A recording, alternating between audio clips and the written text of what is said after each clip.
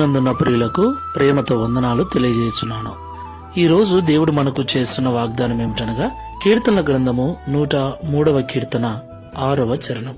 యెహోవా నీతి క్రియలను జరిగించుచు బాధింపబడు వారికందరికీ న్యాయము తీర్చును. ఆమేన్.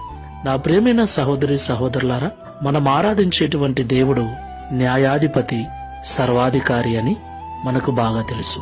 నా ప్రియమైన సహోదరి సహోదరులారా, మనకు బాగా తెలుసు ఈ లోకంలో చెడ్డవారి కంటే మంచివారే ఎక్కువ కష్టపడుతున్నారు. చెడ్డవారి కంటే మంచివారే అన్ని విషయాలలో ఇబ్బందులకు గురవుతూ ఉన్నారు.